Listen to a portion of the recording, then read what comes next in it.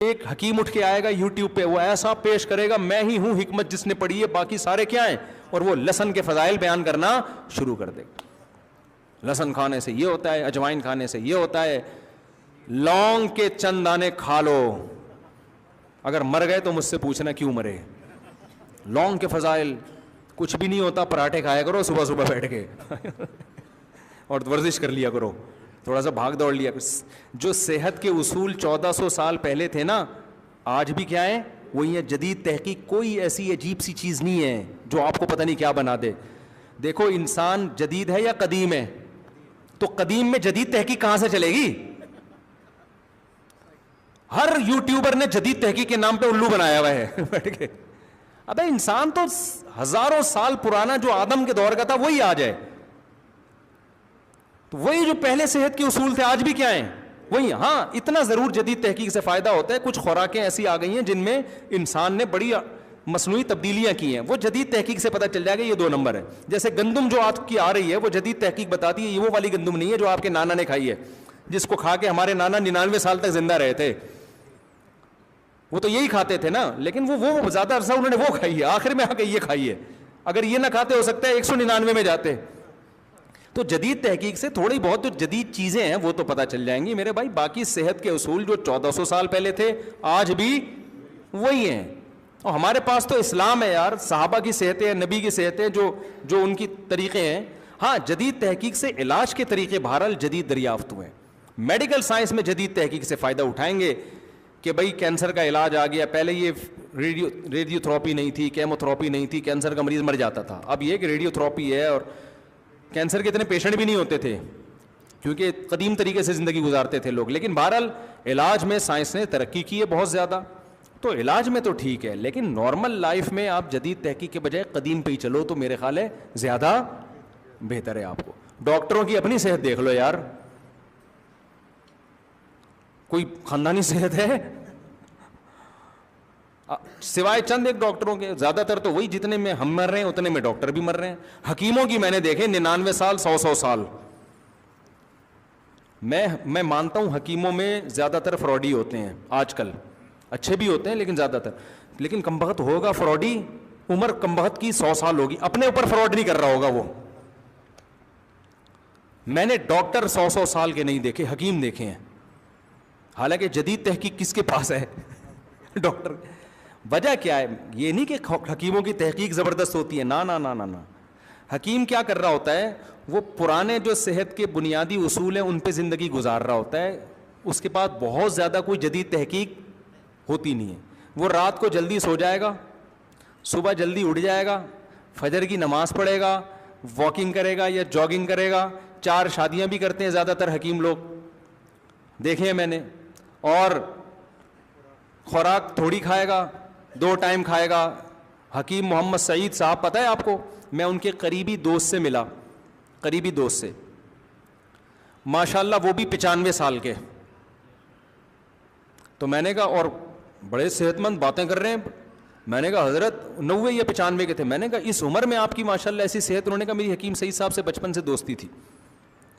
کہہ رہے ہیں حکیم سعید. میں نے کہا حکیم, اچھا حکیم سعید صاحب کی جو ایسی خاندانی صحت تھی کہ آپ کو ان کے میں حالات بتاؤں آپ بولو گے شاید میں غلط بول رہا ہوں. وہ اس بڑھاپے میں 2 گھنٹے لانگ ٹینس کھیلتے تھے. 78 یا 78 میرا خیال ہے. وہ تو شہید کر دیا ان کو. وہ کیا تھا, قدیم تحقیق پہ ہی چل رہے تھے وہ. 2 ٹائم کھانا, چائے. کہتے ہیں حکیم سعید رحمۃ اللہ علیہ فرمایا کرتے تھے مجھے چائے کا ذائقہ نہیں پتا کیسی ہوتی ہے, اور ہماری ہر تھوڑی دیر میں دماغ کھوپڑی کو سیٹنگ کرنے کے لیے ہمیں کیا چاہیے, چائے چاہیے.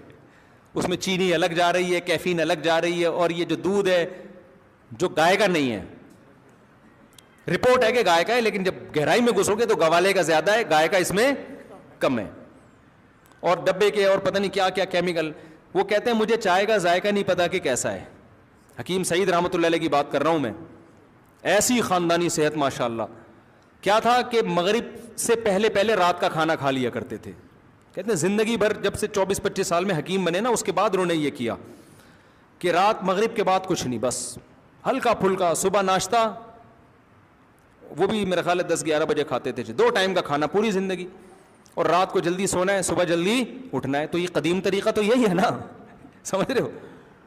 اور کوئی خاص پرہیز نہیں, بس کم کھانا ہے, 2 ٹائم کھانا ہے, وہی گھر میں روٹی, وہی دہی بھی کھا رہے ہیں, دودھ بھی پی رہے ہیں, گھر میں کوئی حلوہ گھر کا بنا ہوا ہے وہ میٹھا بھی کھا رہے ہیں.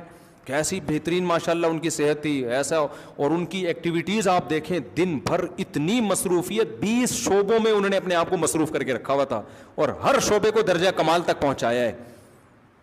اور نماز کے ایسے پابند تھے, ان کے خادموں نے بتایا کہ میں 5 سال ان کے ساتھ رہا ہوں, 5 سال میں ایک دفعہ میں نے نہیں دیکھا کہ نماز میں 5 منٹ باقی اور 5 منٹ پہلے ان کا دایاں قدم مسجد کے اندر نہ آ گیا ہو. فجر, ظہر, عصر, مغرب, عشاء, 5 ٹائم نماز میں نا, ہر نماز میں 5 منٹ پہلے مسجد میں جانے کا ان کا معمول تھا. کہتے ہیں ایسا نہیں ہوا کہ 4 منٹ پہلے کبھی گئے ہوں. اور کوئی ٹائم دیتے تھے نا کسی کو کہ میں نے اتنے بج کے اتنے منٹ پہ آنا ہے, تو اس کا مطلب کیا ہوتا تھا, اتنے بج کے اتنے منٹ پہ آنا ہے. کہیں ربن کاٹنا ہے, افتتاح کرنا ہے, ان کا ٹائم دیا, وہ گئے ربن کاٹ کے آ گئے, کوئی بندہ ہی نہیں ہے وہاں پہ. انہوں نے کہا ربن لاؤ, ادھر باندھا, کٹک چلے گئے. لوگ کہہ رہے ہیں جی آج حکیم سعید صاحب نے آنا ہے, پتہ نہیں ٹائم, وہ ابھی تک آئے کیوں نہیں. بھائی وہ ٹائم کے پابند ہے, وہ اپنے ساتھ ربن لے کر آئے تھے, یوں لگایا, کاٹ کے چلے گئے. گوگل میپ نہیں تھا اس زمانے میں, تو وہ ٹائم کی پابندی ایسے کرتے تھے کہ کہیں ایونٹ ہے نا, کل 10 بجے پہنچنا ہے, تو ایک دن پہلے خادم کو بھیجا کہ وہ جگہ دیکھ کر آؤ, ایڈریس تلاش کر کے آؤ, اور دیکھو کتنا ٹائم لگتا ہے پہنچنے میں, تاکہ کل ہم اسی حساب سے پہنچیں, لیٹ نہ ہو ہم. سمجھ میں آ رہی ہے بات, تاکہ ہم لیٹ نہ ہوں اور ایڈریس تلاش کرنے میں ٹائم ضائع نہ ہو. تو حکیم تھے وہ, ڈاکٹر تھوڑی تھے. تو اور پھر یہاں انہوں نے دارالعلوم کورنگی کا آڈٹ وہ کیا کرتے تھے, علماء سے بڑا گہرا تعلق تھا ان کا, تو ان کو شہید کر دیا. اتنی بڑی یار, ایک وہ پیپسی اور اس کا آلٹرنیٹ ایک کولڈ ڈرنک نکال رہے تھے کہ ایسا کولڈ ڈرنک مارکیٹ میں لے کر آؤں گا, مزہ کولڈ ڈرنک والا ہوگا لیکن صحت کے لیے نقصان دہ کے بجائے کیا ہوگی, وہ فائدہ مند ہوگی. تو ایسی ایسی ان کی خدمات تھیں. ہمارے کراچی والوں نے ان کی قدر نہیں کی. کراچی نے اپنوں کا, بڑے بڑے لوگوں کا خون بہایا بھائی بھائی, بہت خون بہایا. تو اور یونائٹڈ نیشن سے حکمت کو بھی انہوں نے منظور کروایا. یونائٹڈ نیشن نے حکیمی طریقہ علاج پر کو بین کر دیا تھا, اس پہ بھی کیس لڑا, تو ان کا حکیموں پر بھی احسان ہے. لیکن حکیموں کی 2 نمبری آپ دیکھو, اللہ ماشاء اللہ جو میرا بیان سن رہے ہیں ان کے علاوہ کی بات کر رہا ہوں. تو میں جو بات کو سمیٹتا ہوں, یہ بس باقی پرچیاں بعد میں, بہت ٹائم ہو گیا ہے. تو حکیموں کی صحتیں ہم نے بہت اچھی دیکھی ہیں, حالانکہ ترقی میڈیکل سائنس نے کی ہے. وجہ کیا ہے, ٹھیک ہے میڈیکل سائنس نے ترقی, میں مانتا ہوں بھائی, اس میں تو 2 رائے نہیں ہو سکتی. ایسے ایسے علاج دریافت ہو گئے ہیں, بڑے سے بڑی بیماریوں کو بندہ 1 ہفتے میں ٹھیک ہو جاتا ہے, اس میں 2 رائے نہیں ہے. لیکن حکیموں کی صحتیں اچھی اس لیے ہوتی ہیں کہ ان کا لائف اسٹائل نیچرل ہوتا ہے. وہ کچھ زیادہ جدت کے قائل بولو نہیں ہوتے, نیچرل. رات کو جلدی سونا, صبح جلدی اٹھنا, خوش رہنا. ڈاکٹر کو تو ٹینشن اتنی ہوتی ہے کہ آج پیشنٹ ہی نہیں ہے مارکیٹ میں. صحیح ہے نا. اچھا, حکیموں کی بیویاں بھی اکثر دیہاتی ہوتی ہیں, تھوڑا بہت کھلا دو اس پہ بھی راضی. ڈاکٹر نے شادی بھی اتنی اونچے مالدار عورت سے کی ہوئی ہوتی ہے, وہ کہتی ہے مجھے پیشنٹ چاہیے. آج 20 بندے نہیں آئے نا, دہاڑی آپ کی نہیں بنے گی گھر میں, جو میرے خرچے پورے نہیں ہوں گے. ڈاکٹر پھر سگریٹ پی رہا ہوتا ہے بیٹھ کے, اکثر دیکھا ہو, ٹینشن ختم کرنے. حکیم نہیں میں نے دیکھے سگریٹ پیتے ہوئے. اس پہ لکھا ہے کہ کینسر, خود لکھا ہوگا ڈاکٹر نے, کینسر پیدا ہوتا ہے, پھیپھڑوں کے لیے نقصان دہ, لیکن کہتا ہوتا ہے ابھی تو ٹینشن پیدا ہو رہی ہے, اس کو تو ختم کروں میں. رات کو 3-3, 4-4 بجے کلینک بند کر کے آ رہے ہو, آپ تو سو گے کس وقت آپ یار. نہ ڈاکٹروں کی زندگی میں ورزش ہے, نہ ڈاکٹروں کی زندگی میں رات کو جلدی سونا ہے, نہ صبح جلدی اٹھنا ہے.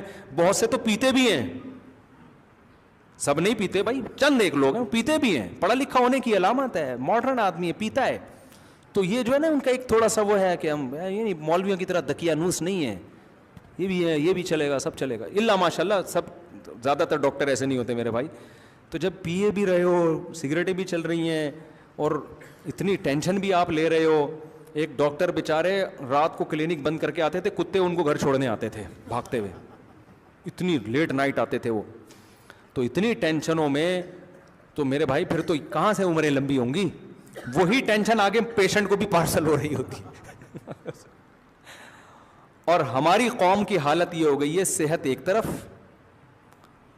لیکن ان کو فوری ٹینشن ختم کرنی ہے, چاہے کینسر ہو جائے. سگریٹ پیتے ہیں نا نوجوانوں, میں اکثر چٹکلا سناتا ہوں. ہماری قوم کی حالت یہ ہے کہ ایک آدمی دکان پہ گیا تو اس سگریٹ خریدی, اس کمپنی نے لکھا ہوا تھا خبردار سگریٹ نوشی مردانہ قوت کے لیے نقصان دہ ہے. فوراً اس نے واپس کی, بولا بھائی وہ کینسر والی دے دے تو. اس کو مردانہ کمزوری برداشت نہیں ہے, کینسر کیا ہے, ابے یہ نہیں مجھے کینسر والی دے دے. وجہ کیا ہے کہ یار تھوڑے دن جئیں گے عزت کے ساتھ, کینسر سے مر جائے نا. میرے بھائی پہلے تو زندگی ہے اللہ کے بندو. تو میں اس لیے کہتا ہوں ڈاکٹروں سے اور حکومت سے کہ اگر تم سگریٹ لوگوں سے چھڑوانا چاہتے ہو تو یہ مت لکھو یہ کینسر پیدا کرتی ہے, یہ لنگس کو تباہ کرتی ہے, پھیپھڑوں کا بیڑا غرق کرتی ہے. قوم کہتی ہے بیڑا غرق ہو جائے, گردے خراب ہو جائیں, پھیپھڑے خراب ہو جائیں, مر جائیں, اس پہ یہ لکھ دو کہ خبردار سگریٹ نوشی مردانہ قوت کے لیے کیا ہے. پھر دیکھو کوئی بھی نہیں خریدے گا, کوئی بھی نہیں خریدے گا. جس کو چورن بیچنا ہوتا ہے اس نام سے بیچ